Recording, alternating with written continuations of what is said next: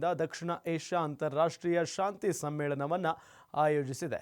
ಈ ಸಮ್ಮೇಳನದಲ್ಲಿ ಭಾರತ ಸೇರಿದಂತೆ ಸುಮಾರು 8 ದೇಶಗಳ ವಿವಿಧ ಕ್ಷೇತ್ರಗಳ 2,000ಕ್ಕೂ ಅಧಿಕ ಉತ್ಸಾಹಿಗಳು ನೋಂದಣಿ ಮಾಡಿಕೊಂಡಿದ್ದು, ನೇಪಾಳ, ಭೂತಾನ್, ಮಾಲ್ಡೀವ್ಸ್, ಶ್ರೀಲಂಕಾ, ಬಾಂಗ್ಲಾದೇಶ, ಅಫ್ಘಾನಿಸ್ತಾನ, ಟರ್ಕಿ ದೇಶಗಳ ಪ್ರತಿನಿಧಿಗಳು ಶಾಂತಿ ಸಮ್ಮೇಳನದಲ್ಲಿ ಭಾಗವಹಿಸಲಿದ್ದಾರೆ.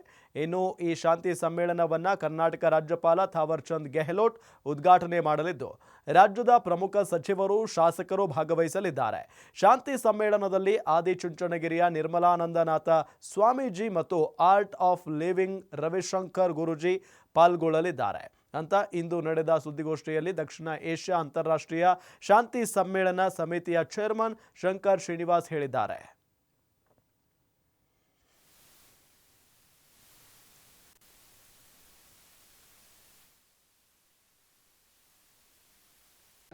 ಪ್ರಪಂಚದಲ್ಲಿ ಭಾಳ ಕಡೆ ಅಶಾಂತಿ ಇದೆ. ರೋಟ್ರಿ ಮುಖ್ಯ ಉದ್ದೇಶ ಏನಪ್ಪ ಅಂತಂದರೆ ಶಾಂತಿ ಮತ್ತು ಸೌಹಾರ್ದತೆ ಕಾಪಾಡುವಂಥದ್ದು ಮುಖ್ಯ ಉದ್ದೇಶ ಇದೆ. ಇನ್ನು ಬೇರೆ 6 ಉದ್ದೇಶ ಬೇರೆ ಬೇರೆ ಕೂಡ ಇದೆ. ಅದ್ರ ಜೊತೆಗೆ ಶಾಂತಿ ಕೂಡ ಮುಖ್ಯ ಉದ್ದೇಶ ಇದೆ. ಆ ಶಾಂತಿ ಕಾಪಾಡೋದಕ್ಕೋಸ್ಕರ ನಾವು ರೋಟ್ರಿಯಿಂದ ಒಂದು ಸಣ್ಣ ಪ್ರಯತ್ನ ಮಾಡ್ತಾಯಿದ್ದೀವಿ. ಇವತ್ತವರೆಗೂ ನಮ್ಮ ರೋಟ್ರಿ ಇಂಟರ್ನ್ಯಾಷನಲಲ್ಲಿ ಈ ಕಾರ್ಯಕ್ರಮನ ಪ್ರಪಂಚದಲ್ಲಿ ಬೇರೆ ಬೇರೆ ಕಡೆ ವರ್ಷದಲ್ಲಿ ಪ್ರತಿ ಸಲ ಮಾಡ್ತಾರೆ. ಈ ಸಲ ಮೊದಲನೇ ಬಾರಿ ಒಂದು ಜಿಲ್ಲೆಯಿಂದ ಇದೊಂದು ಪ್ರಯತ್ನ ಆಗ್ತಾಯಿದೆ.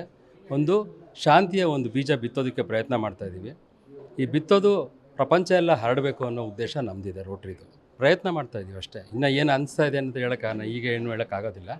ಒಂದು ಪ್ರಯತ್ನ ಮಾಡ್ತಾಯಿದ್ದೀವಿ. ಶಾಂತಿ ಬೇಕು ಅನ್ನೋದಕ್ಕೋಸ್ಕರ ನಾವು ಪ್ರಯತ್ನ ಮಾಡ್ತಾಯಿದ್ದೀವಿ. ಸಕ್ಸಸ್ ಆಗ್ತೀವಿ ಅಂತ ನಾನು ಅಂದ್ಕೊಂಡಿದ್ದೀನಿ.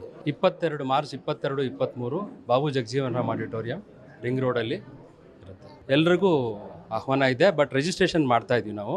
ರೋಟ್ರಿನಲ್ಲಿ ಮೇಯ್ನಾಗಿ ರಿಜಿಸ್ಟ್ರೇಷನ್ ಮಾಡ್ತೀವಿ. ಬಟ್ ಯಾರಾದರೂ ಆ ಥರ ನಮಗೆ ವಾಲಂಟಿಯರಾಗಿ ಬಂದರೆ ನಾವು ಎಲ್ಲ ಆಹ್ವಾನ ಕೊಡ್ತೀವಿ. ಅವ್ರಿಗೆ ಯಾವುದು ನೋಂದಣಿ ಏನಿಲ್ಲ, ಬರ್ಬೋದು, ತಾವೆಲ್ಲ ಬರ್ಬೋದು.